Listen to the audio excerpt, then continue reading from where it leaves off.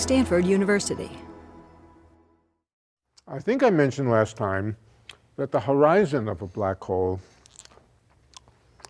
is not a place where anything very dangerous is happening, a place where anything very traumatic would happen to somebody who fell in. In fact, if you take a big black hole, now how big? Let's say really big black hole. What would you find if you fell through the horizon of the black hole? The answer is you would find nothing there. It would look exactly like flat space, or almost exactly like flat space if the horizon was big enough. And it would just look like empty space. Well, that's a little odd because the mathematics that we wrote down looks like it does have something striking going on at the horizon. And tonight I want to resolve that. There's a little bit of mathematics. The mathematics is about at the edge of what I do in this class. It's not terribly hard, but we're going to follow through and unravel what happens or what the horizon of the black hole is really like. What's going on there? All right, so let's write down the metric of the black hole. All right.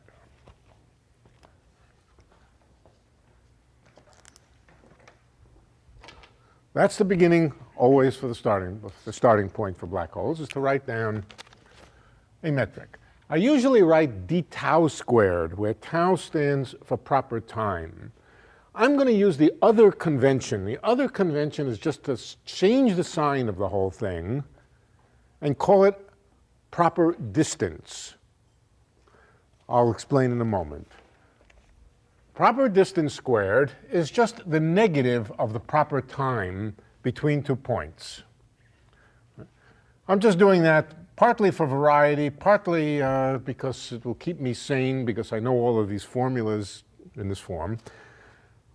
Remember that what we wrote for d tau squared was just something involving dt squared, right? dt squared. In flat space, in fact, it was just dt squared minus dx squared plus dy squared plus dz squared. That was d tau squared. Right? Notice that it's positive if dt is bigger than d tau. So if along a trajectory, the time difference is bigger than the space difference, for example, if the object was standing perfectly still in space, then dx would be absolutely 0. We've defined the proper time, d tau squared, so that it would be positive, so that the square of it would be positive. But supposing we were studying a space-like distance, the distance between 2 points at a fixed time, then with the original definition, this would be negative. And when we took the square root of it, we would say that the distance between these 2 points is imaginary. Well, we're going to get stuck one way or another. If we define the invariant distance so that the square of it is positive for time-like things, then it's going to be negative for space-like things, and vice versa. So what people do is to use 2 different conventions. Just whenever you don't like your convention, you change the sign. Well, now's the time that I don't like my convention, so I'm going to change the sign and define ds squared. What does s stand for? Spatial distance rather than time distance. But it's just the negative of the proper time, or the square of the proper time. All right, it's not a big deal. But let's write down the metric of a Schwarzschild black hole in this notation. It's 1 minus 2mg over r. Sorry, what am I doing here? The ds squared has a minus and then a plus. We change the sign from the proper time. That's the spatial interval, okay, the opposite. All right. A minus here, dt squared. And then, do you remember what goes here? 1 over 1 minus 2mg over r, dr squared. And then another piece here, which I'm going to ignore. This had to do with the angles on the sky. It was r squared times something I think I called the omega squared. But let's ignore it for now. Let's not worry about angular distance on the sky. Let's just worry about time and radial distance. All right, so this plus a bit more here. When you're far from the black hole, that means when r is large compare, what's 2mg called? It's the Schwarzschild radius. It's the Schwarzschild radius of the black hole, 2mg. If I were to put in speeds of light, it would be 2mg over c squared. So right now, c is equal to 1. 2mg is the Schwarzschild radius, and if you're far away from the black hole, r being much bigger than the Schwarzschild radius, then this is negligible, and it's just dt squared minus dt squared plus the r squared, exactly as it would be in flat space, plus a bit more. All right, as you get close to the black hole, you come to the point where r is approximately 2mg. In other words, a distance more or less the same as the Schwarzschild radius. And then something rather dramatic happens to these coefficients. This one becomes 0, and this one, in the denominator, it gets to be 0, but a 0 in the denominator means something's infinite. Sure sounds like something unusual is happening. All right, let me show you exactly what's happening there. And it's a great big nothing. Nothing is happening there. It's an artifact of the choice of coordinates. So I'm going to show you some examples. And then we'll work out in detail what's happening at the horizon of the black hole.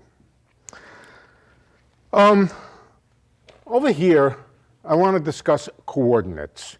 And for the moment now, I'm only talking about ordinary Cartesian coordinates on the plane, on the blackboard. Let's call them y and x. Later on, the vertical axis will become the time axis, but for now, the vertical axis is just the y-axis.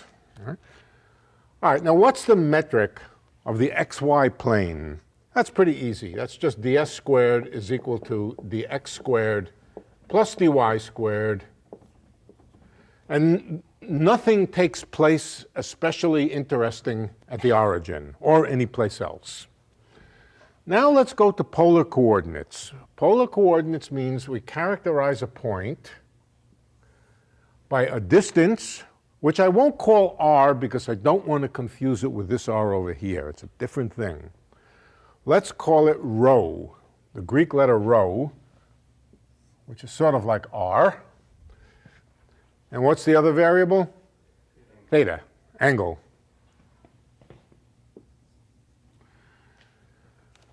Okay, first of all, what is x in terms of rho and theta?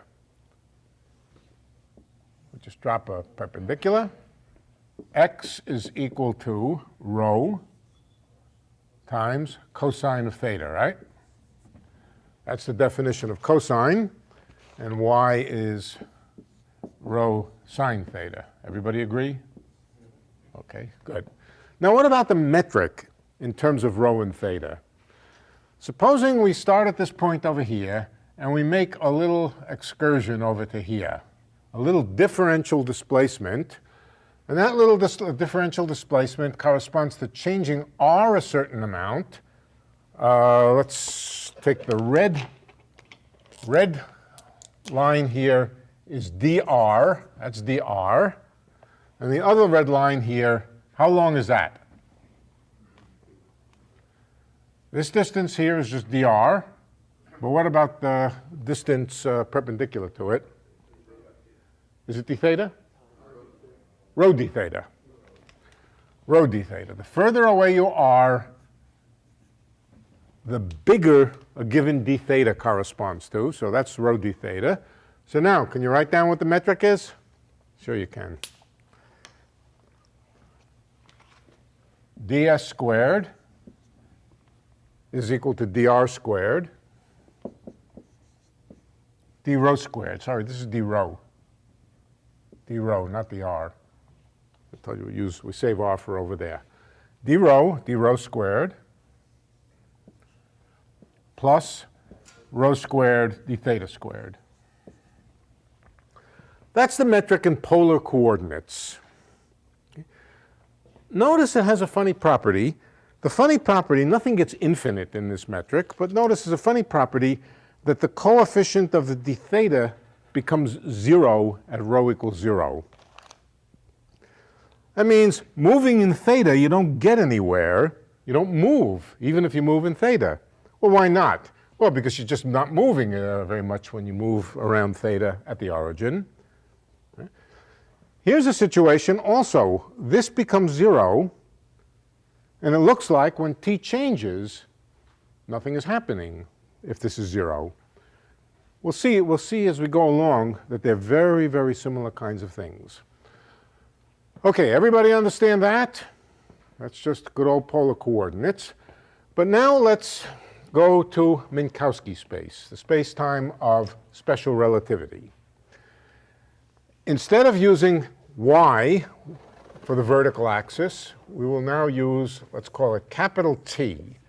I'm not going to call it small t. I'm going to call it capital T.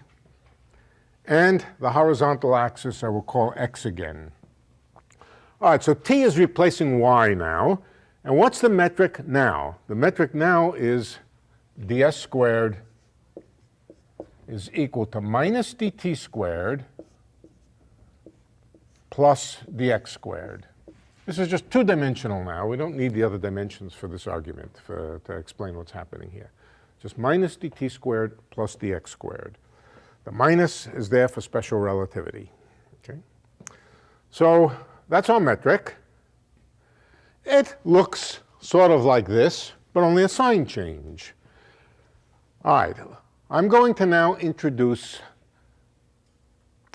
polar coordinates, but they're called hyperbolic polar coordinates. Let's just draw in here the light cones. These are the light cones that light rays move along that go through the origin. We're going to introduce, again, a radial variable, or a rho, which measures distance from the origin, but not ordinary distance, proper distance from the origin, and a time variable that I'm going to call omega. Here's the relationship. Here's the definitions. X, I go up to the top there, x equals rho cosine theta. We're going to replace that by x equals rho hyperbolic cosine theta, but not theta. We'll call it omega. That's a standard terminology for a hyperbolic angle. I'm going to tell you more about hyperbolic angles as we go along, if you've forgotten, but let's just write down the equations on the blackboard. But this isn't right. I left out something. What did I leave out? Rho. Completely parallel to what I've written up there. And t is equal to rho times the hyperbolic sine of omega. All right, now what are hyperbolic sine and cosine? Well, whatever they are, let's come back to cosine and sine. Cosine squared plus sine squared equals 1. That's a statement of basically Pythagorean theorem, that this side squared plus that side squared is that side squared is the hypotenuse squared for a unit triangle. How about for these hyperbolic guys? What's the equation for them? Cos squared omega minus sinh squared omega equals 1. All right, that's one thing. And let me tell you what cos and sinh mean. From the diagram up above, we can think of this by first drawing a circle. By first drawing a unit circle, draw a unit circle, draw the angle theta, and then x is given in terms of cosine. For a unit circle, it's just x is equal to cosine, y is equal to sine. We do the same thing, except not with a circle, but with a hyperbola. We take the hyperbola, let's raise this up. Let's take the hyperbola, not x squared plus y squared equals 1, but x squared minus t squared equals 1. So take the hyperbola, x squared minus t squared equals 1. That looks like this. That's a hyperbola that looks like this. And now take a point on that unit hyperbola, any point, and draw the same kind of right triangle that we drew for the circle. Take a point, drop a perpendicular, drop a perpendicular. This side here is hyperbolic sine of the angle, and this side here is hyperbolic cosine. So everything is exactly the same except for a sign change, and that sign change manifests itself in a sign change in the relation between cosines and sines. Okay, now we have x equals rho cos omega, t equals rho sinh omega, almost the same as the equation for x and y up there. Let's guess what the metric looks like. Here it is, ds squared, which is just, where is it? Did I write it? Here it is. ds squared is minus dt squared plus dx squared is easy to work out, is equal to rho squared d omega squared with a minus sign and with a plus sign d rho squared. Let's just compare it. Go up to the metric over here. ds squared is rho squared plus rho squared, d rho squared plus rho squared d theta squared. D rho squared, same thing. And instead of rho squared d theta squared, we have a minus sign, rho squared d omega squared. Omega is like theta. But there is a big difference between omega and theta. Theta is a periodic variable. It goes around on a circle. It goes from 0 to 2 pi, and it never gets bigger than 2 pi. And then, of course, it jumps back to 0 again. Omega goes from minus infinity way down here, goes up to here, becomes 0 at this point, and then goes up to plus infinity. So hyperbolic angles, unlike ordinary angles, go from minus infinity to infinity. And of course, you can see that. What happens when omega gets very large? Let's think about for a moment. What happens when omega gets very, very large? What happens to hyperbolic cosine of omega? It's very easy. Just look at this picture. It gets big. In fact, it gets big exponentially fast with omega. So this gets very big. All right. What about sinh? Sinh is another way of talking about hyperbolic sine. What happens to it? Does it get big or small? No, it's big. Yeah. How do I know? If this gets very big, and the difference between cos and sinh is only a tiny number 1, then sinh better get as big as cos, apart from the difference 1. So if cos is 100 billion, then sinh also has to be 100 billion minus a little tiny bit. So when omega gets large, cos and sinh become very close to being equal to each other. All right, that means when you go way out at large hyperbolic angle, you're way out here, way up on this light cone here, where t and x are almost equal to each other. Way out here on this hyperboloid. So way out in this hyperboloid is where omega gets large. Omega goes to infinity way out on the hyperbola, and way down here it goes to minus infinity. We're going to see that omega is a kind of time variable. If it wasn't clear already, we're going to see that omega is a kind of time variable that keeps time, but it keeps time in this angular kind of way. Move along these hyperboloids, or hyperbolas. Omega is a kind of time. Rho is a kind of distance. Okay? And that's the metric. The s squared is minus rho squared, the omega squared, plus we haven't worked this out, but it follows in a very similar manner to the way that it did up there. Okay, so here's something. Let's keep this in mind. I want you to remember this formula. In fact, I'm not even going to trust you to remember it. We're going to leave it on the blackboard. And we're going to come back to the Schwarzschild metric. Let's come back to the Schwarzschild metric. Oh, let me just say it now. This metric with this peculiar row dependence here, what space is it? What space-time is it? It's just flat Minkowski space with nothing going on special anywheres on it. It's just we've chosen to write it in polar coordinates where the coordinate system has something funny going on at the origin, but there's nothing funny physically going on there. It's just a coordinate gimmick. Okay, what we want to show now is that this metric close to the horizon is basically like this. It takes a couple of steps. I wish I could do this all in one quick step, but it takes a couple of steps, but they're not hard. They're just on the edge of what I like doing on the blackboard. Okay, let's rewrite the metric once. Let's multiply, let's write this as r minus 2mg over r. I've just written 1 as r over r, dt squared, minus, and this is plus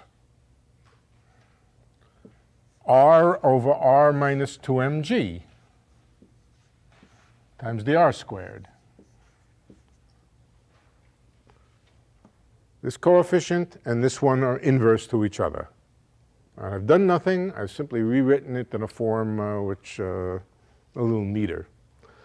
Okay, now what I'm interested in is the black hole very near the horizon. In other words, r very close to 2mg. What we want to do is we want to zoom in on r equals 2mg and sort of expand out and see what's going on there by making some approximations, but approximations which are highly accurate right at r equals 2mg.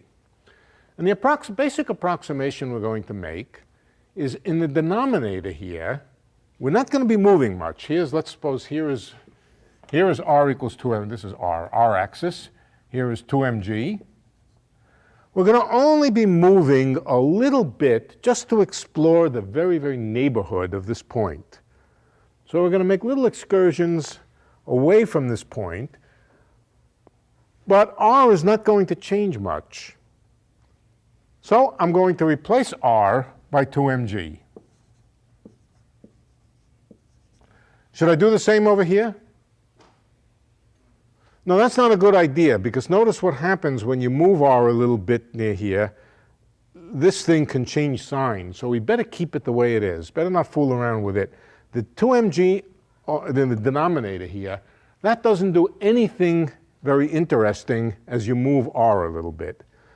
If 2mg is a kilometer and you move a centimeter, 2mg only changes a tiny bit, a kilometer plus or minus a centimeter. But r minus 2mg, it flips sign. That's dangerous, so let's keep this just the way it is. All right, likewise here, I've just turned this thing over and put it here. So that's the first step, to make a little bit of an approximation. That's the first step. Haven't done much. Now, the next step is to look at this over here and say, look, there's just d rho squared over here. I'm going to do a trick. I'm going to change variables. I'm going to change coordinates from r to a new coordinate, which I'll call rho, okay, in such a way that this whole thing here, and we'll see how to do this in a moment, in such a way that this whole thing here is just called d rho squared. Now, how can I do that? How can I say that r minus 2mg, whatever it is here, oh, sorry, this should be 2mg here, right? 2mg. 2mg in the numerator. Just. How can I do that? Well, I haven't told you what rho is yet. So until I tell you what rho is, there's no contradiction. Just maybe that rho is related to r in such a way that this makes sense. So let's see if we can figure out what the relationship between rho and r is. That's the first step. We're just dealing with this term here.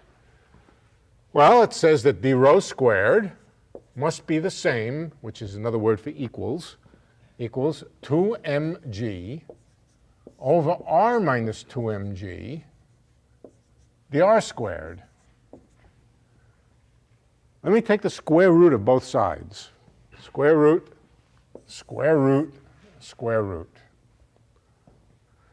This is an equation that determines rho in terms of r. How do I find rho in terms of r from an equation like this? You integrate both sides of the equation. All right? So what do you get on the left-hand side if you integrate the left-hand side? Rho.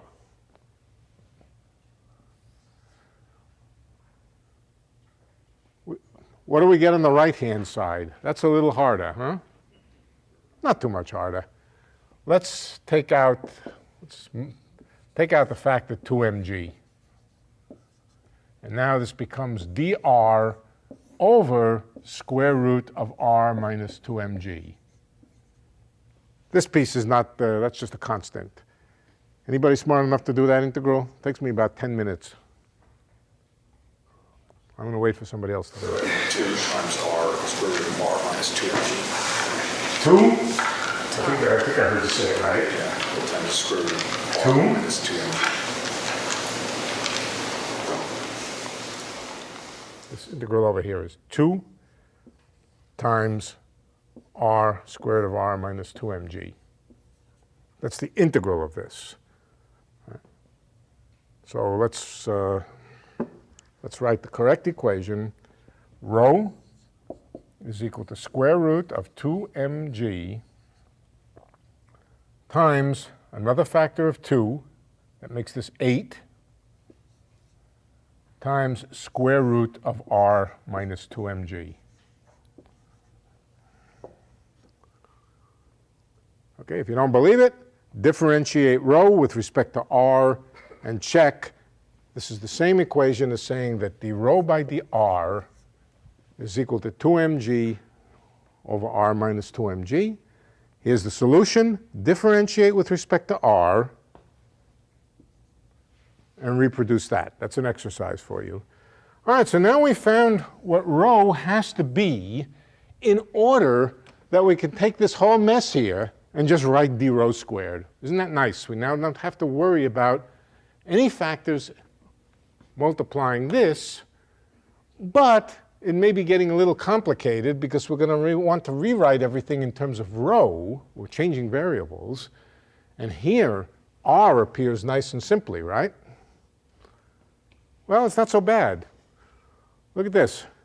R minus 2mg times something is equal to rho squared. Square this equation. Let's square it. I won't, let's see, maybe I should write it over. Yeah. Rho squared is equal to 8mg times r minus 2mg. Holy smoke, I now know what r minus 2mg is. It's just rho squared over 8mg. That wasn't so bad.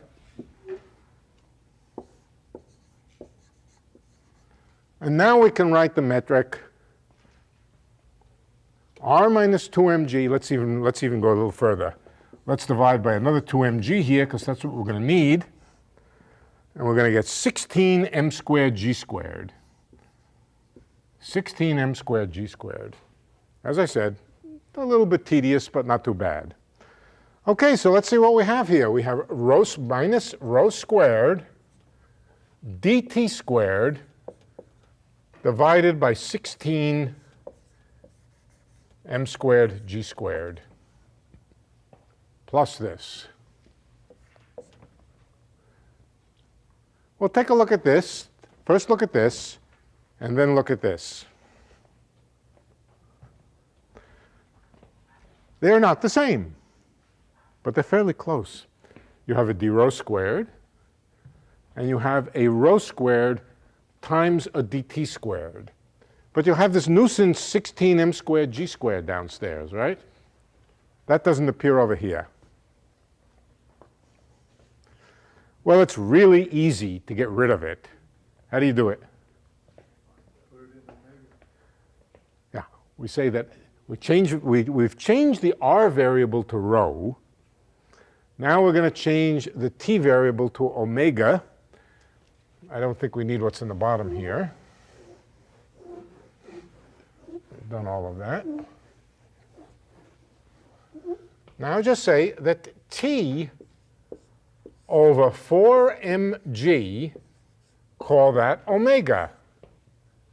dt squared over 16m squared g squared is d omega squared. It's just a change of variables by rescaling the time by this factor 4mg. And what do we get then? We get that this is equal to minus rho squared d omega squared plus d rho squared. In other words, we get exactly flat space in hyperbolic polar coordinates. Now, it wasn't exact because we did make a slight approximation, but it's an approximation which was essentially exact at r equals 2mg. We replaced an r by a 2mg here and an r by a 2mg here. But that's okay because we're only moving r by a tiny amount away from 2mg. So what have we seen? We've seen that to a high approximation, the region near the horizon, near r equals 2mg, has a metric. Where is it? Well, it has a metric which is just the metric of flat space. This is good enough to tell us that there's nothing fancy going on at the horizon, nothing traumatic, no forces become infinite, nothing traumatic happens to somebody who finds himself there. It's just a change of coordinates. And there's a c-squared. So The c-squared is all over the place. Can I ask a question about the rho and like d rho? If you put the equation back on the board, you know, you expect that if for small d rhos when you integrate, rho won't have radical changes, but if r is slightly larger than the Schwarzschild radius, it's positive. If it's equal, rho is 0, and if it's negative, rho is I, is a imaginary number. So it's like an odd integral. Does that have any effect? Well, we've just reproduced what's here. Same things, same. in the No. Cartesian coordinate, Yeah. but just manifested in a slightly different way. Is that correct? Okay, let's remind ourselves what these coordinates look like. They're drawn over here, but let me redraw them. They're simply Minkowski space. A light cone, an origin, a hyperbolic angle that measures time, so to speak, along there. And but really, when we put it all together, it's just flat space and some funny coordinates. What's this point right over here in terms of r? That point is, of course, rho equals 0. That point is, of course, rho equals 0. But what is rho equals 0?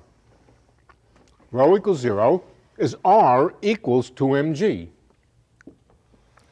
So you can imagine somebody coming in from far away, is far away from the black hole, moving in, and getting to that point, and that point is the horizon of the black hole. That's where the horizon is, right at that point.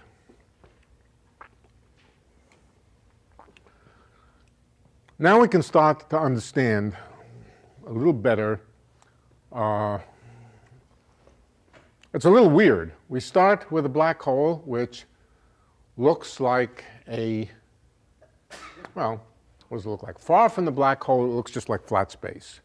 Close to the horizon, it also looks like flat space, but in a very, very different way. The time up there becomes the hyperbolic angle times 4mg. So it's a rather odd transformation, but the main point here is that nothing special is going on at this horizon over here. Okay, any questions about this? That's always outside the horizon, or to the right of the... Okay, let's talk about where the horizon is now. Somebody who is outside the horizon is at an R which is larger than 2mg. What does that mean in terms of rho? It means at a positive value of rho squared. It means out here.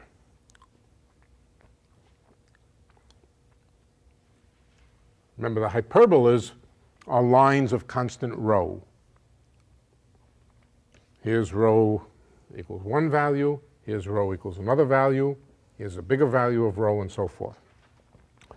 Outside the black hole is to the right of this pair of lines. Okay? That's outside the black hole. If you're outside the black hole, let's suppose over here, and you want to send a message which will continue to move outward, you can send a message out, and that message will eventually pass any one of these hyperbolas. That message, a light ray. You send the light ray out, and that light ray will cross any one of these hyperbolas. So if we imagine a person stationed at each one of these hyperbolas, that means stationed at a value of r. At each value of r, we have another guy.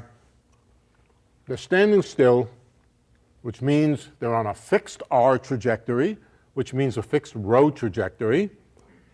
Somebody in here sends a message.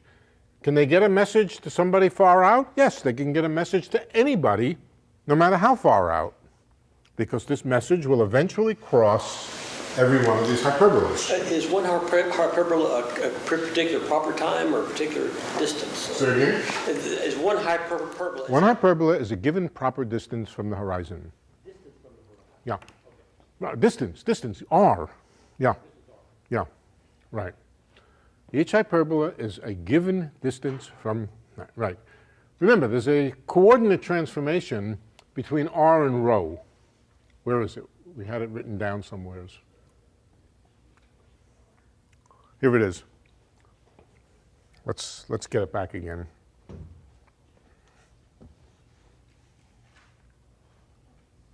Oh, I lost something, but it's got a square root and then another square root of 8 mg. Yeah. Okay. As long as r is bigger than 2 mg, this square root is positive. If the square root is positive, rho squared is positive. And for each value of rho, there's one value of r. And for each value of r, you can define one value of rho. Let's not worry about negative values for the square root. Right? Each value of rho comes with a value of r. So a given value of r is on one of these hyperboloids, on one of these rho lines. Okay, so that's the facts for outside the black hole. If somebody is stationed outside the black hole, they can send a message to anybody else, no matter how far out they are. Yeah. Rho. No obstruction if you're outside the horizon to communicating with anybody else. I have a question. Yeah. I don't understand where the third, on the top left panel, I don't understand where the third equation came from the second. I'll now quote Dirac. That was not a question. So now you ask me. State again what you stated. It seems like the third equation doesn't follow from the second. I don't know. Third equation, 1, 2, 3. Here, from here to here? Yeah, Especially the first terms. He's got the comment on the right-hand side, R very close to 2mg. Oh, okay. If I put R here, then does it follow? Okay. As I said, this was the approximation that we made, which is an accurate approximation and is more and more accurate as R becomes closer and closer to 2mg. Okay. Where are we? Yeah. All right, now what about if you're over here? Can you send a message out to here? Remember, light moves on 45-degree trajectories. Light moves on light cones. If somebody is over here, can they send a message out to the outside? The outside meaning anywhere out beyond this light cone? No, they can't. So the world sort of divides into the place where you can send a message out beyond this light cone, or where you can send messages out to people at positive values of R, and those places where you can't. That's the definition of a horizon. In fact, this whole light-like line is the horizon. If you fall through here, all right, let's now imagine two friends, Alice and Bob. All right. Bob insists on staying outside the black hole. And he's going to stay at a fixed distance from the black hole. So there he is. He's going along on his trajectory. And Alice decides to fall past that point. Once Alice passes this point over here, she can no longer send a message to Bob. Bob can't see her. If he can't get a light ray from her, he can't see her. He can't get a message from her. Can Alice see Bob? Yeah, no problem. Here's Alice over here. Oops. Alice looks back on her light cone and sees Bob. So there's an asymmetry. Alice can see Bob, but Bob can't see Alice. Alice is past the horizon of the black hole, but does anything happen at that point? No. Nothing special at this point. This was just good old flat space, and nothing special happened. Yeah. That's because the photons are going from Bob toward Alice so that she can see him. Yeah. But if she jumps through the horizon, is in hip deep, can she see her own feet? Can she see her own feet? As she passes through. Yeah. Well, if she's outside and her feet pass, yeah, she can't see her own feet while she's outside. But how long does she stay outside? Not very long. As a matter of fact, you can't see your feet right at this instant. You can only see your feet after there's time for light to get to your eye from your feet. By that time, Alice's eye is through the horizon. But there's a continuous view of her feet as she falls through. There's like a little blip where... No, nothing at all. Nothing at all. She's doing what she always does. This is not a special place. Now, should her head, after her feet pass through the horizon, should her head decide, oh no, I am not going to pass through the horizon, then her head will never see her feet. That's if she's stationary. That's if she is going to move along one of these trajectory and her feet move into here. We don't want to, this is not a good thing. This is not a good thing. Suppose she goes first into the black hole. Well, all right, then her feet, yeah. So as long as you don't do anything violent, what you see when you fall into the black hole is what you would have seen if you hadn't fallen into a black hole. What somebody sees of you, if that somebody is stationary with respect to the r coordinates, that's a different story. So let's see what a person stationary, let's put him on one of these trajectories. Is there anything unusual about one of these trajectories?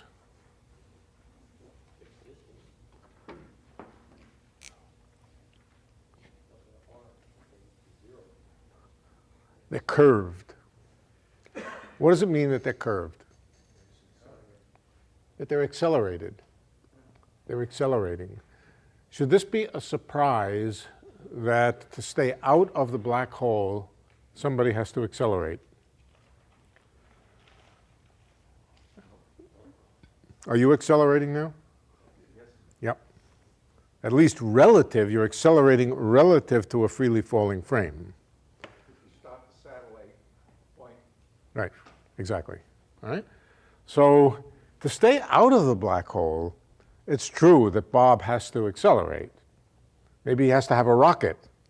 If I didn't have the floor here to support me, I would have to have a jetpack to keep from falling down, right? Okay, so nothing terribly unusual. The further away you get, the less intense the acceleration has to be. But it is true that Bob has to accelerate to stay outside. He lets go of Alice.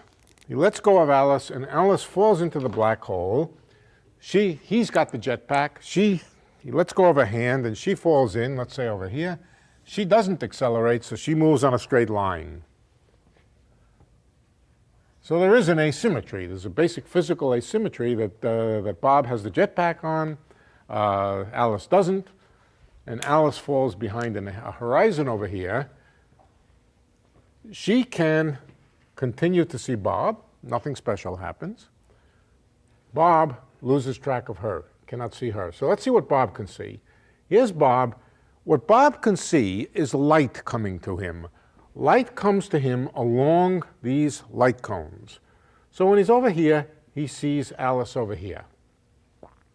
Alice is waving to him over here. Okay. You go a little bit further, he sees Alice over here. Go a little bit further, he sees Alice over here. What happens asymptotically as he looks back from his position at increasing omega? His omega is getting larger and larger and larger, and he's looking back. Does he ever see Alice fall through the black hole horizon? No. Ultimately, asymptotically, when Bob looks from the arbitrary future, he simply sees Alice getting closer and closer and closer to the horizon, but never crossing it. So from Bob's perspective, Alice does not cross the horizon. She just gets closer and closer and closer to the horizon, sort of getting pancaked onto it, if you like. It's not just her nose that gets flattened to the horizon. The back of her head does too. Here's her nose. Here's the back of her head, following her in. And he looks back and he sees them both extremely close to the horizon. So he sees asymptotically they get closer and closer, but never quite falling through that horizon here. What about Alice? Does she find any obstruction at this point? No obstruction at all. She just sails through happily. Nothing happens to her. So there's already, just at this level, not even from black holes, just thinking about accelerated observers who stay outside of this outside of this light cone here, there's already a bit of a tension. An observer who moves on a trajectory like this, on a hyperbola,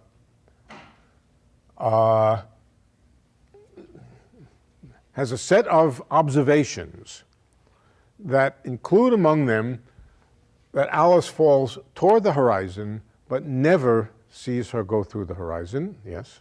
Eventually he'll see her at one Planck length away. Indeed. And what happens after that? Well, then we have to worry about quantum mechanics. Remember, Planck length has h bar in it. And we cannot answer that question without some quantum mechanics. Now, we've already done a little bit of quantum mechanics about black holes. They're very elementary. We derived the entropy and some other things about the black hole by saying we fill it up with photons. If you remember what we did, there was an H in the formula. So we've already started to think about the quantum mechanics of black holes, but from a different perspective. If you look at rho as a function of r, like if you take a big R and r gets smaller, it'll go along the x horizon until it hits that crossing point when r equals... Well, let's see. Let's draw the different here. Let's draw first r equals big R, little r. Little r here equals 1. Here's r equals 1. That could be 1 kilometer. Everywhere's along there. Now let's draw, sorry, this is big R, little r, excuse me. Little r, 1 kilometer from the horizon. So r is bigger than 2mg. 2mg plus a kilometer. 2mg plus a kilometer. Here's 2mg plus half a kilometer. Here's 2mg plus a quarter of a kilometer. Here's 2mg plus an eighth of a kilometer. Right on here.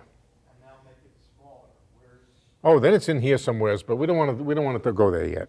For the moment, we don't want to go there. So rho, the integral, it basically takes a right angle at that crossing point. Yeah, that's right. Does that mean it's not, you can't take its derivative, it's right angles? Well, something singular happens at that point, but it's not, the main thing is it's not a physical phenomenon that takes place. It's a change of coordinates. It's a funny glitch in the coordinates, and we'll come to it. We'll talk about what's behind here and how you think about it in coordinates, but for the time being, we have everything we want just by drawing these pictures. Is omega a proper time in the accelerated reference? Almost. What is a proper time is rho times omega. Okay, remember the metric for, where is it? The metric for omega is rho squared d omega squared, right? So that means rho, along one of these trajectories, fixed rho, for fixed rho, rho times d omega is proper time along there. Okay? So it's proper time, but with the rho scaled out. It's the same thing as talking about circles. Is angular proper distance along a circle? Well, not quite. It's proper distance, except you have to multiply by the radius to make the proper distance. Okay. All right, that's the properties of a black hole horizon, and the bottom line is that the properties of a black hole horizon are boring. Well, they're boring to somebody who falls through, but they're kind of interesting to somebody who stays outside. Somebody who stays outside sees their friend do some weird things, sees them slow down, sees them get flattened against this horizon, and so there's a kind of tension there. But so far, no paradox, just a tension in the description of things. You know, at this point you could ask, well, does Alice really fall through or doesn't she really fall through? Well, what's the answer? The answer is it's a question of point of view. I mean, from Bob's point of view, no, she doesn't. From Alice's point of view, she I have a does. suggestion. Yeah. The answer is that Bob can only see finitely far into Alice's future. Why is that? Oh, finitely far in Alice's future. That's correct. That's what Alice would say. Bob says, I see her forever and ever. She just gets slower and slower and duller, and she just... No, but I mean, we make this unconscious adjustment to see our feet as in being a common time with our eyes. So we have the same unconscious, kind of... Forget unconscious. The question of physics is a question of measurement and observation. Right. So Bob's future doesn't have sight lines into Alice's entire future from her point of view. Bob will simply say, what I see is Alice approaching the horizon asymptotically and never passing it. That's what he'll say. Now you can tell him a story, well, Alice really fell through, blah, blah, blah. He will still... He won't see her age. He won't see her age. She... No, she just, everything slows down. Everything slows down, and But it's not a profitable question to ask, does this or that really happen? It is a profitable question to ask what observations and what measurements and correlation of data Bob will do as a physicist or as whatever he is, and we could ask what kind of things Alice detects and observes. And that's all we can do. Alice sees Bob like zipping away and accelerating rate. She seemed very. Yeah, that's right. Alice sees Bob. That's right. Alice sees Bob's away. Right. Could you say the part again about that this isn't specific to black holes, this is any horizon? I think you said something that this isn't specific to black holes, this phenomenon, it's general. Well, right. This particular phenomenon would be just for a uniformly accelerated observer.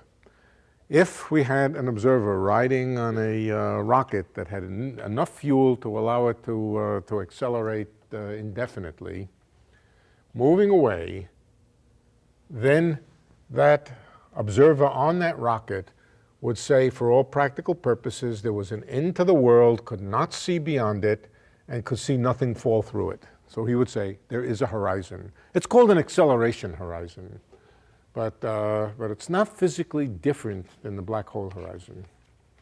Right. Remember what Einstein taught us. He said, if you want to understand gravity, first understand acceleration.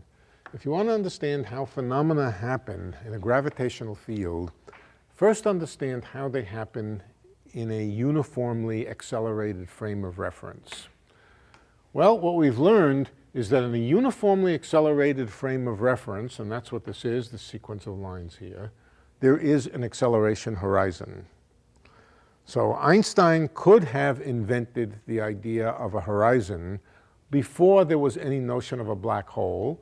And then if he was smart enough, if he was as smart as Einstein, he would have said, well, this probably means that there's some gravitational context in which these horizons show up. Einstein, incidentally, did not believe in black holes. He thought they violated something.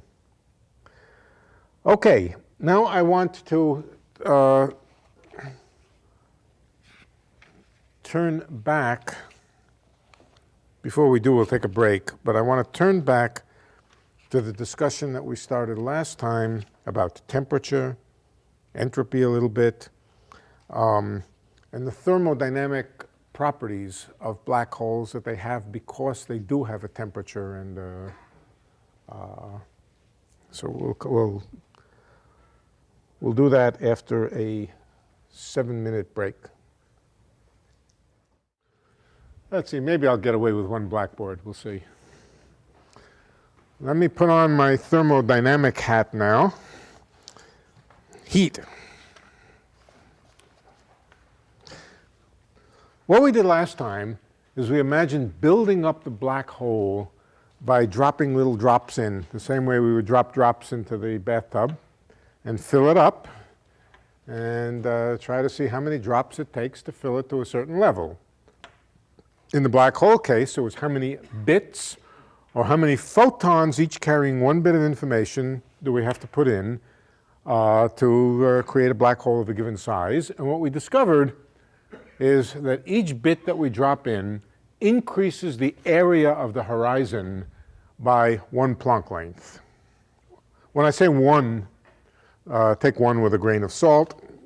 We didn't do the real calculation, which gives a factor of 1/4. Why a factor of 1/4? Well, what it probably means, what it does mean, is that whoever invented the idea of the Planck length, and it was Planck, simply got it wrong by a factor of 4. He should have defined it to be 4 times as big, or 1/4, I forget, but and then we wouldn't have this nuisance 4 hanging around. After all, it was purely a historical time, and Planck knew nothing whatever about black holes, horizons, information in black holes, and so forth. So he just did some dimensional analysis and said, here's a length. If he would have defined it as 4 times or 2 times different, then the 4 wouldn't have been there. Okay. One of the things we did was to calculate the change in energy if we drop in 1 bit. Again, remember what a bit means? A bit means a photon whose wavelength is comparable to the whole size of the black hole. How much does the energy change? Now, I also told you last time that the definition of temperature, let's just go back a step. Temperature seems like a naive, and naive meaning to say an easily understood concept. You feel it with your fingers on the table here. You measure it with thermometers. We all know what it means. But in fact, it's an extremely subtle and somewhat derived concept. Entropy is an extremely confusing thing. When people go to learn thermodynamics for the first time, entropy is thrown at them and say, what the hell is that? In fact, entropy is very, very basic and in some sense simple. Energy and entropy are really the basis for thermodynamics or for statistical mechanics. Temperature is a derived concept. What is entropy? Well, whatever it is, it comes in bits. It has to do with information. It has to do with yes-no questions. Energy, let's suppose we all knew what energy was, which I suspect most of us have some idea. So we have entropy and energy. The definition of temperature is simply the energy that's liberated, the energy change in a system when you add 1 bit of information to it, the minimum change of energy when you add 1 bit. I say minimum. The nice analog is the computer. You want to erase a bit of information from your computer. That bit of information has to go someplace. It can't disappear. It goes out into the atmosphere, and it necessarily adds a certain amount of energy to the atmosphere. Of course, if you are sloppy in erasing the bit, you do it with a sledgehammer, you can add a lot more energy to the atmosphere than that. But if you're very careful, of course, you'll also be adding more bits of information. But if you're very careful to just erase that bit in a minimal way, then the minimum energy that you have to add to the atmosphere in that case is called the temperature. The energy necessary to change the entropy by 1 unit. Okay, so you keep that definition in the back of your head of what temperature is. It's energy needed to change, or energy liberated when you add 1 bit to a system. Okay, let's go back now and say, here we have our black hole. We're going to throw in a photon whose wavelength is comparable to the size of the black hole. And let's calculate the change in energy. Well, all we have to know is how much energy 1 photon of a wavelength, here's the wavelength is comparable to the Schwarzschild radius, let's call it R. It's equal to twice the mass times g. That's also the wavelength of the photon. Looks to me like my wavelength is a little bit long. Let's shorten it up a little bit.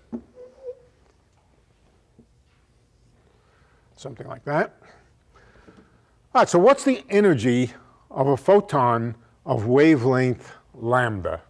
Lambda is the usual definition of the wavelength, usual symbol for it. What's the energy of it? The energy of it is Planck's constant divided by lambda, and now there's a speed of light, and the speed of light is in the numerator. For the moment, I'm going to keep the constants. Later on tonight, we're going to throw away the constants, or not throw them away, but we'll work in units in which they're equal to 1. I get bored carrying them around, but let's keep them for a time being. All right, h times c divided by lambda. Let's just check if it makes sense. The energy of a photon when Planck's constant goes to 0 gets smaller and smaller. That makes sense. A single photon has a tiny bit of energy. Why does it have a tiny bit of energy? Because Planck's constant is so small. It's also true that as the wavelength gets long, the energy of a photon goes down. Long wavelength photons have low energy. Short wavelength photons have high energy. And the speed of light, you can just check that it's really got to be there. Okay, that's the energy that you add when you add one photon which carries 1 bit. Well, the energy to add 1 bit, that's the temperature. So this must be the temperature of the black hole. And it is. When I say it's the temperature, I mean within a factor of maybe there's 2's and pi's, because we're not keeping track of detailed numerical constants. I'll tell you the numerical constants later if you want. Okay. The temperature is hc over lambda. Oh, since I'm keeping track, for the moment, since I'm keeping track of constants, I've left something out of here. C squared. Speed of light squared, yeah. All right, so that's the temperature. But remember that lambda is supposed to be chosen equal to the size of the black hole. So let's put that in. Either R or hc over twice mg and another c squared in the numerator. So Planck's constant times c cubed, and we can't trust this factor of 2. The factor of 2 is not trustworthy. I'll tell you what the right answer is in a minute. Hc cubed divided by the mass times g. Notice one curious thing, that as the mass gets bigger and bigger, several things. First thing, H appears there. That means that the temperature of the black hole is a quantum effect. It would be 0 if h bar of Planck's constant was 0. Okay. So it's a thing which only happens because Planck's constant is not 0. It's another way of saying it's there because of quantum mechanics. C cubed, well, it's there for dimensional reasons. The mass is in the denominator. That's interesting. The bigger the mass of the black hole, the colder it is. Now that's a little bit odd for the following reason. Mass is energy. E equals mc squared. So energy and mass are the same thing. You're used to the idea when you add energy to something, it gets hotter. A black hole gets cooler when you add energy to it.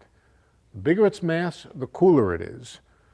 That's got an odd consequence. We'll come to that odd consequence in a moment, but let's just keep track of it. This is the temperature of the black hole. I'll give you the right formula now. If I write it in terms of h bar, then I know the answer, and it's 8 pi. That's the actual correct answer. H bar times c cubed divided by 8 pi times mass times Newton's constant. Okay, first question. How hot is a real solar mass black hole? So for that, we would stick in a mass. Come on, what's the mass of a solar mass? 10 to the 30th kilograms or something. So a big number downstairs. G is a small number. C cubed is huge, and h bar is teeny, teeny, teeny. So there's some competition of big numbers and small numbers, but the final answer is that this is a small number. But not that small. Well, it's small. This is about, for a solar mass black hole, for a black hole of stellar mass, this is about 10 to the minus 8 Kelvin. So it's colder than anything. Let's see, is it colder than anything in, I think people talk about getting down to nanokelvins for some reasons or other. So there may be things in laboratories that are actually colder than this. But this is damn cold, okay? It's so cold that it's much, much colder than empty space. Even in the remotest regions of the universe where they're far, far from any stars or anything else, we know that the temperature of empty space, to the extent that empty space, that space is empty, ordinary empty space is about 3 degrees Kelvin. That's the microwave background. And so the black hole is cold. This black hole is colder than anything in empty space. That means even if you had such a black hole, which there was nothing else around to fall into it, even if you manage to create a black hole in otherwise completely empty space, the empty space around it would be hotter than it is. What happens when you take a cold object and put it in a hot bath? Heat flows from the from the warm region to the cold region. Another way of saying it is the black hole simply swallows up the microwave radiation. It just sucks it in. But you can also just think of it as the flow of heat from warm to cold. Okay, what happens now? What happens if I'm in outer space and I'm cold, but somebody brings a heater and warms me up? I get warmer, right, if I absorb some heat. Now let's think about what happens to the black hole. The black hole absorbs some heat from its surroundings. What happens to its mass if it absorbs some heat? It increases. Its energy increases, but then what happens to its temperature? It goes down, it gets even colder. It gets even colder. What happens when it gets even colder? It even becomes more efficient at absorbing heat. But it absorbs heat and it gets colder. Right? Catch-22. The more it absorbs heat, the colder it gets.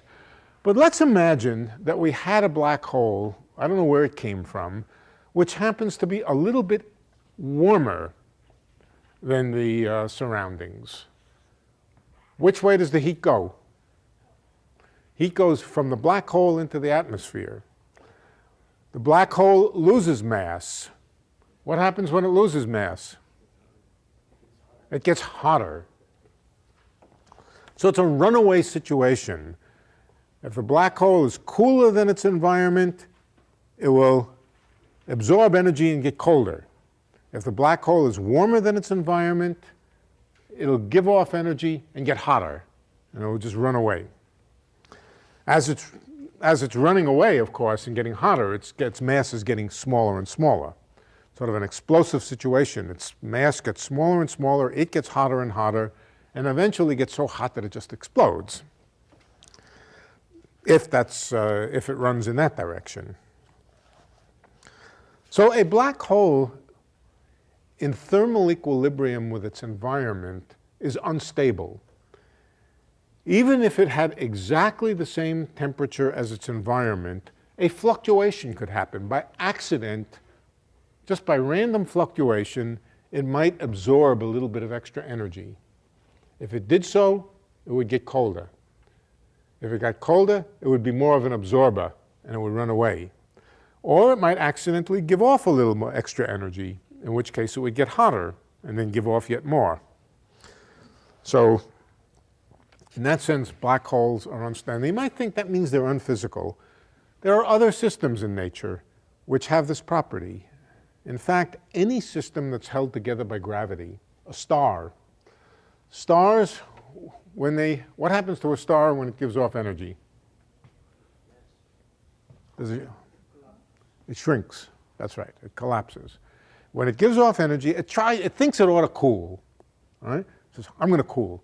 Because it thinks it's going to cool, it thinks it has less pressure. The stars don't think, but I need but, you know. All right, so it's less pressure to hold the stuff out. Because it has less pressure, stuff starts to fall in. What happens when it falls in?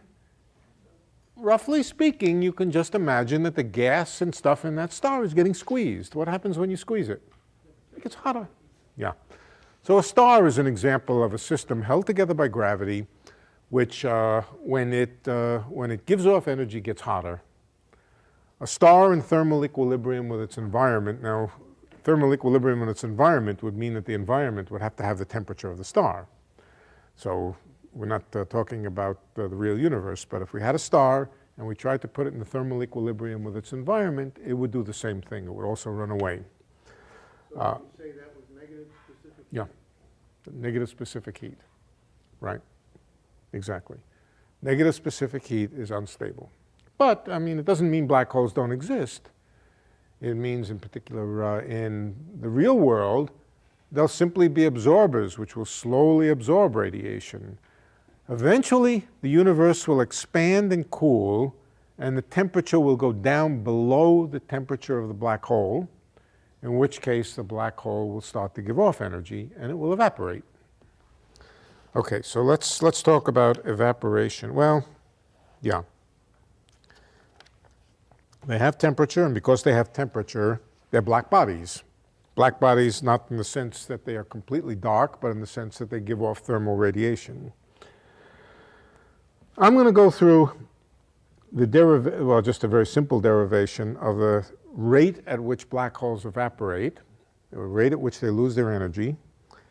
But I'm going to do it in units, since I really don't want to try to remember all the places where C, H bar, G come into this. We'll work in units where everything is 1. And then we'll convert back to sensible units. Now, like I always like to say, if I were on a desert island and I didn't have a physics book and I didn't have a computer or anything else, what units would I work in? They would be Planck units, because those are the only units that I really remember things in. It's helpful to have some rough idea of how big things are in Planck units. And I'm going to go through the derivation of the luminosity of a black hole in Planck units. As I said, the only reason is everything is 1, so you never have to worry where the constants go. Let's remember what Planck units are. They are units in which the speed of light, Planck's constant, and Newton's constant are all equal to 1. C equals h bar equals g equals 1. In those units, the unit of length, the Planck length, is about 10 to the minus 35 meters. The Planck time is about 10 to the minus 43 seconds. And the Planck mass, length, time, and mass, that's a complete set of units, and the Planck mass is about 10 to the minus 8 kilograms. The Planck mass is not a particularly unusual mass. 10 to the minus 8 kilograms is about the mass of a dust mote. You can see it with the naked eye. So it's a rather ordinary mass. The Planck time is incredibly short, and the Planck length is incredibly small. In fact, the Planck time is nothing but the time that it would take for a light ray to cross the Planck distance. So they're not really independent. If you take the Planck distance and ask how long it would take light to go across it, it's the Planck time. All right, let's work in those units. Good. Now, a black hole has temperature. Because it has temperature, it radiates. Anything that has temperature, in particular, if it's put into a vacuum, will radiate black body radiation. Black body radiation is simply thermal radiation, electromagnetic radiation, and incidentally, it will also radiate gravitational radiation. But the theories are absolutely parallel. All right, let's talk about the formula for the luminosity of a warm body. The luminosity is the rate at which it loses energy. So we can write it as minus, only because the object is losing energy. We can write it as minus the rate of change of the energy of the object. Some object, the E dt is the rate of change of its energy. It's losing energy, so dE by dt is negative, and minus dE by dt is positive. All right. What is that? First of all, it's proportional to the area of the object. When an object radiates, it radiates from the surface. The bigger the area, the faster it will radiate. Okay, so the area of the object appears here, area. And this will become the area of the horizon of the black hole. Black holes radiate from the horizon. Right? And then it depends on the temperature. Obviously, the hotter the temperature, the faster it radiates. Anybody know what formula to put here for the temperature? T to the fourth, famous formula, Stefan Boltzmann formula. Temperature to the fourth power. You can derive that from dimensional considerations. It's just a dimensional formula. And what about the coefficient which appears here? Order of magnitude. It's 1 because all of the parameters are 1. So what else could it be? Right. So in Planck units, this is the rate at which the black hole or anything else would lose energy. Now, energy is mass. E equals mc squared, but c is 1. So E is m. E is m, and we can write this as the rate of change of the loss of mass. The rate of change of the mass of the loss of mass per unit time is the area times the temperature to the fourth. What is the area? Well, the area is proportional to the Schwarzschild radius squared. Let's put that in there. There's some 4 pi, but by now we don't care about those things. 4 pi, but times r Schwarzschild squared. And what about the temperature? We seem to have lost the formula for the temperature. Go back in your notes and see if you can find the temperature. Well, h bar is 1. C is 1. 8 pi over mg. Under divided by 8 pi over. But what's mg? But what's mg? R. Right. Right. Let me remind you. Well, the temperature we found was h over lambda times c. This was the energy added when we added 1 bit. H and c are 1, and so the temperature is just 1 over lambda, but lambda was supposed to be the radius of the black hole. So the temperature is just 1 over the radius, the Schwarzschild radius. All right, so temperature to the fourth, that's 1 over radius to the fourth. And this whole thing just becomes over radius to the fourth, or the rate of change of mass with time is equal to 1 over r squared. Oh, but r is m, isn't it? Yeah, because r is 2mg and g is 1, and 2 is 1. Right. So this is also just 1 over m squared. Okay, let's just remember, wherever you see r, you can put m because they're proportional to each other. M is energy. This is the time rate of change of energy. And area, 1 over r to the fourth, is temperature to the fourth. Okay, so that's all we did. That's what this formula says. Okay, let's multiply it by m squared. Minus m squared dm. What is m squared dm? Or dm squared dm by dt, m squared dm dt.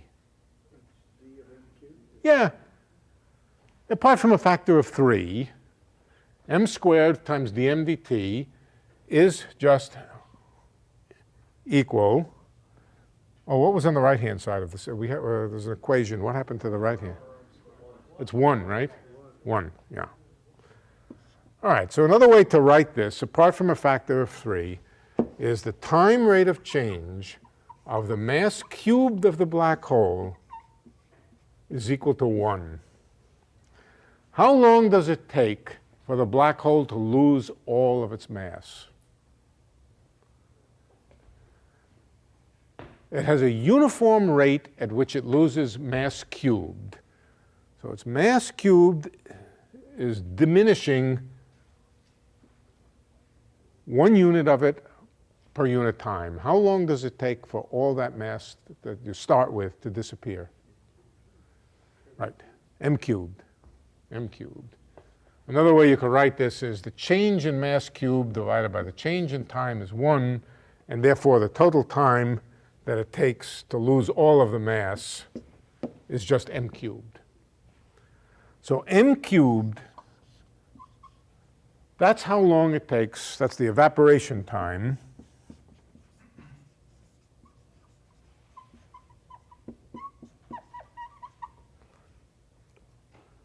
How long is it? All right, let's plug in some numbers.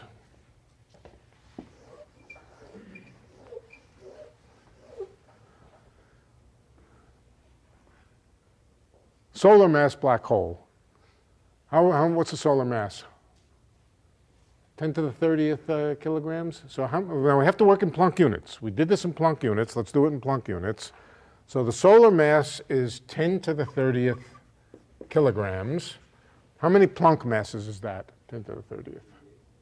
10 to the 38th, because a Planck mass is 10 to the minus 8th kilograms.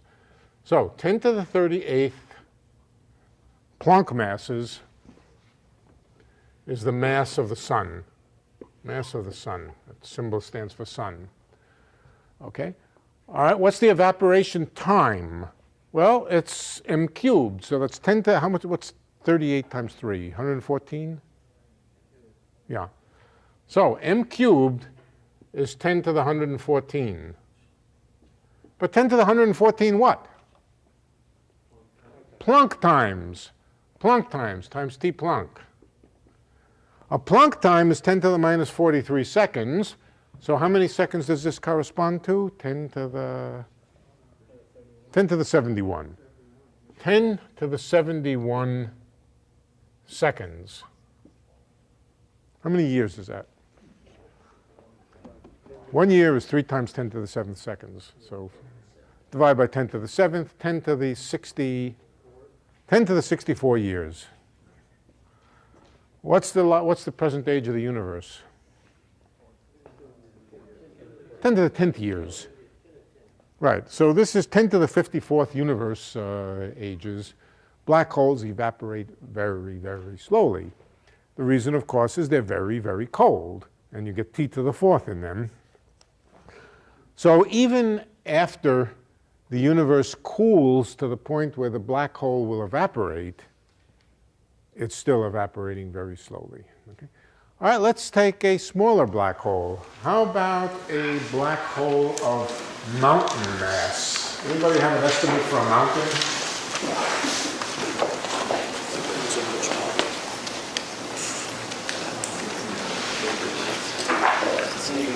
By 10, I don't know. 100 cubic kilometers. 100 cubic kilometers. All right, so how many kilograms is that? Okay, so I have to convert those to. So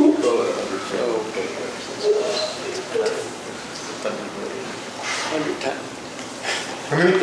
Well, let's see, 10 times 10 times 1, that's 100 square cubic kilometers. So cubic kilometer is 10 to the, 6 cubic meters times 100, 10 to 7, 10 to 7? 10 to the 7 what? Cubic meters.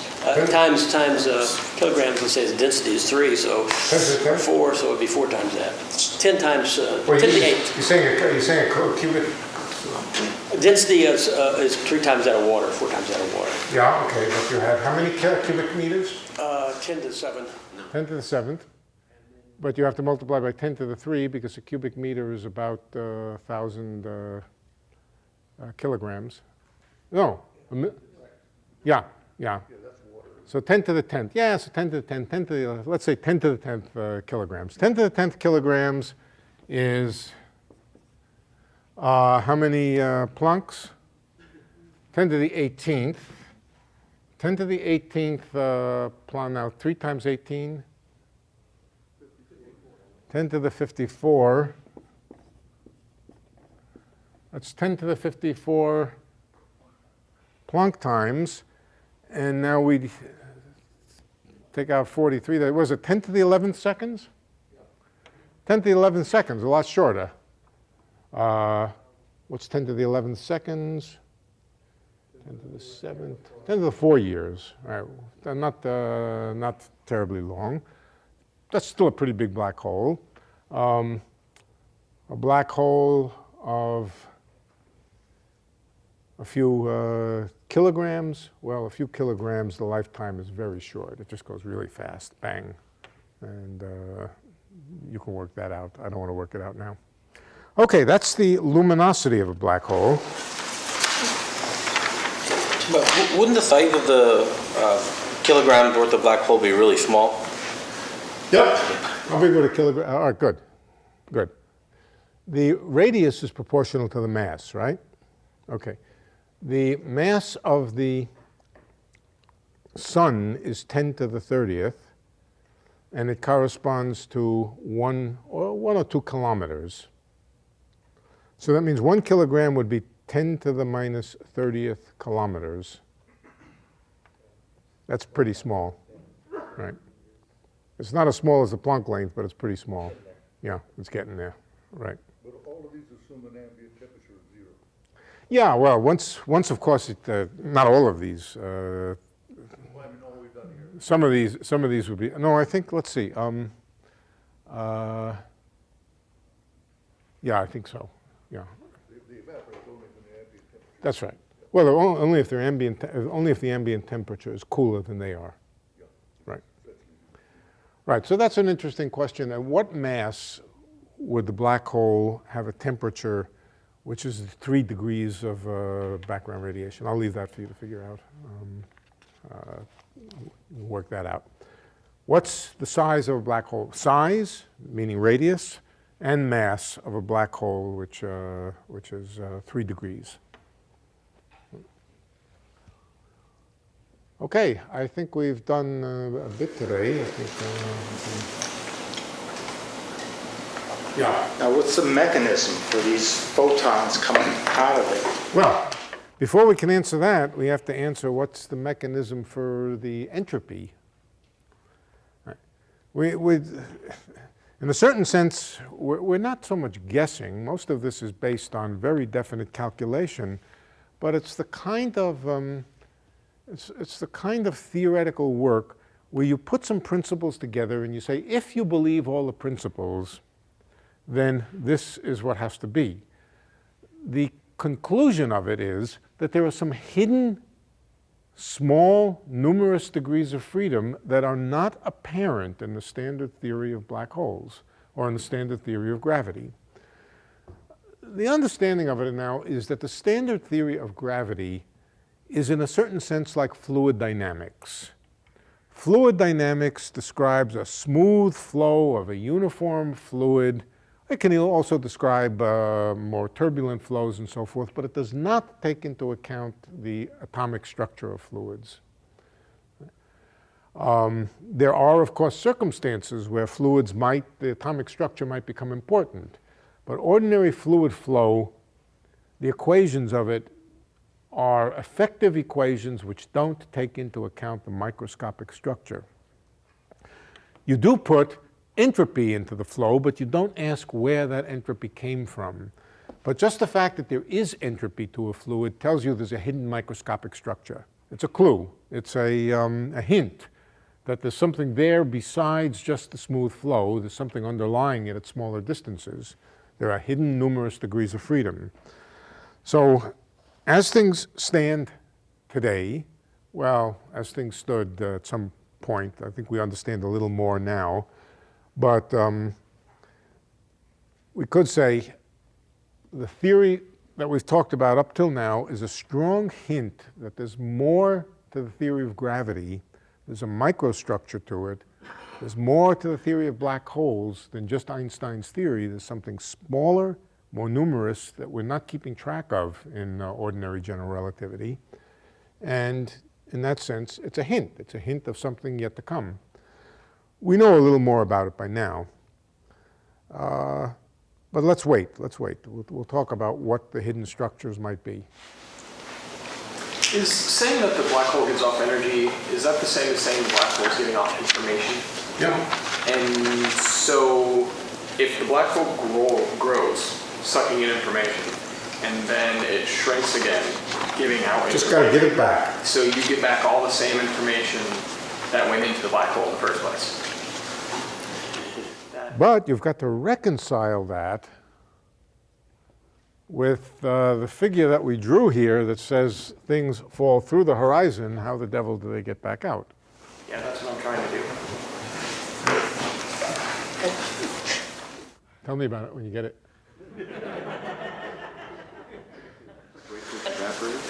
That conservation of information, is that a real fundamental principle? That is the most fundamental. It's so fundamental that people tend to forget about it. Without it, the rules, all of the rules of physics would make no sense. For example, the rules that say that invariances of various kind. Time translation invariance leads to energy conservation. It does only if you have the rule. I'll give you an example. I'll give you an example right now. Here's an eraser. I slide the eraser along here. Now let's forget the microscopic heat and everything else. Let's suppose we lived in a world where erasers really came to rest because they satisfied equations of motion that made them come to rest, rather than the dirty physics of friction and so forth. That the real fundamental laws of motion made erasers come to rest. Okay. Well, first thing is, there would not be information conservation. Why? Because every eraser comes to rest, no matter how it started. So it simply forgets how it started. It comes to rest, and so it loses the information about where it started. How about energy conservation? There's no energy to be conserved. It just comes to rest. How about momentum conservation? No momentum conservation.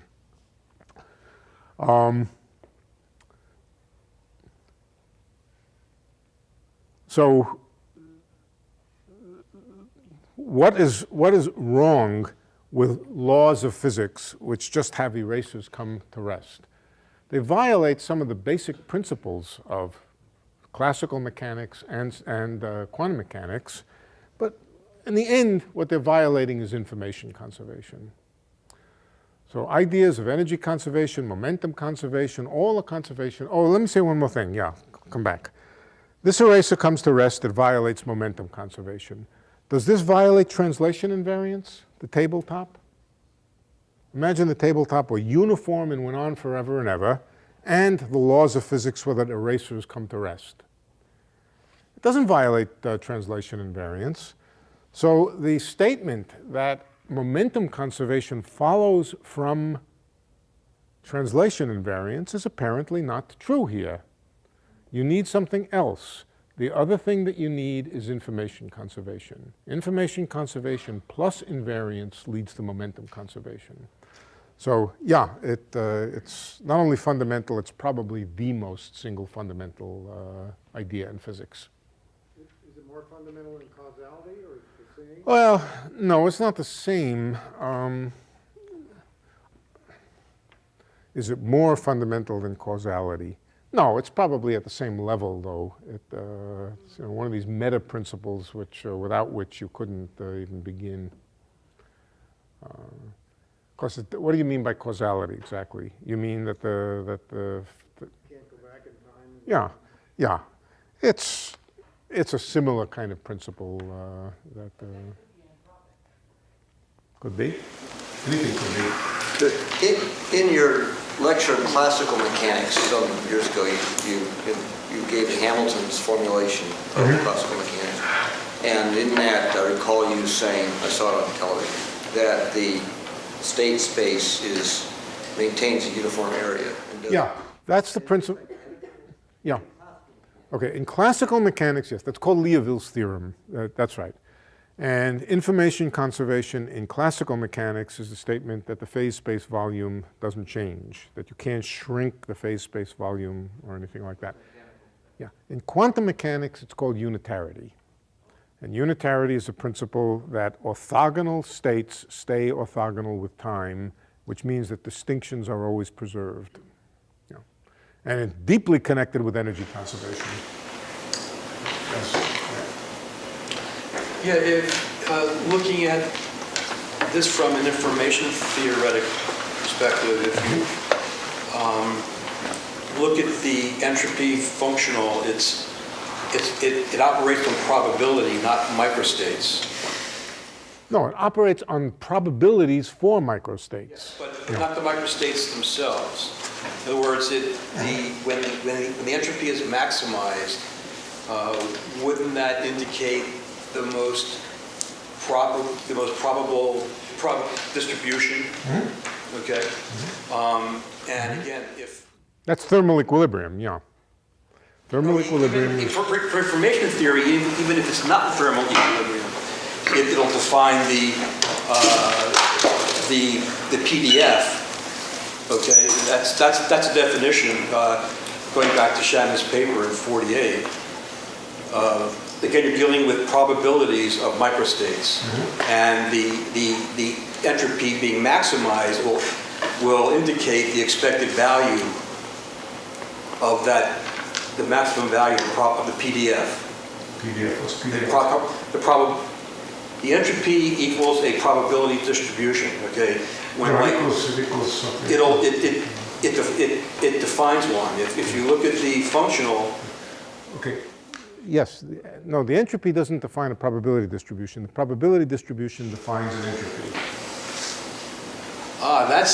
that's interesting because in like information theory, it's flipped. No. Entropy is minus the sum over all configurations of the probability of the ith configuration times the logarithm of the ith configuration. This is one number, and one number can't determine p's. P's determine s. S is given in terms of the p's. But this is taking us far afield. This is taking us off, yeah. Okay. For more, please visit us at stanford.edu.